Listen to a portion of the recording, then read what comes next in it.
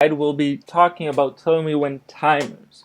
And we're going to be using them to track things that do not have buffs or debuffs associated with them. For this example, we're going to use the ground effect of the Umbral Moonglaves, which lasts 8 seconds. To start off, we're going to create a new item cooldown just to track the glaives themselves. And we're going to make sure that the icon itself only shows for the first 8 seconds of this cooldown, which means when the item cooldown has more than 82 seconds left. Now let's talk about the timers. We're gonna create a notification timer on condition set passing. We're gonna give this timer the name Glaives, and we're gonna start the timer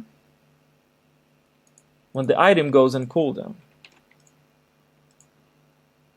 And then obviously a timer should also be stopped. So we're going to stop the timer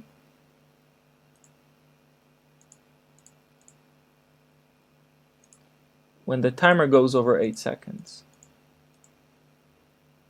Now let's make sure we actually put the timer name and stop. Okay, so this will start and stop the timer, and the icon will show and hide itself depending on the item cooldown. But we actually want to display it.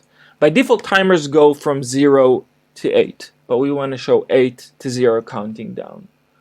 The way we'll do it, first of all, we're going to do timer, tell me when format duration. We're also going to call it green. And then we're going to do 8 minus the timer and give the timer the name.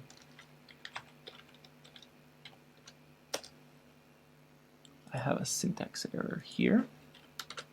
There we go. And let's do it as center timer. Now we're expecting yes. Okay. Let's see it working. There we go. So this timer will count down to 8 to 0. And then disappear. And there we go. This is how we use timers.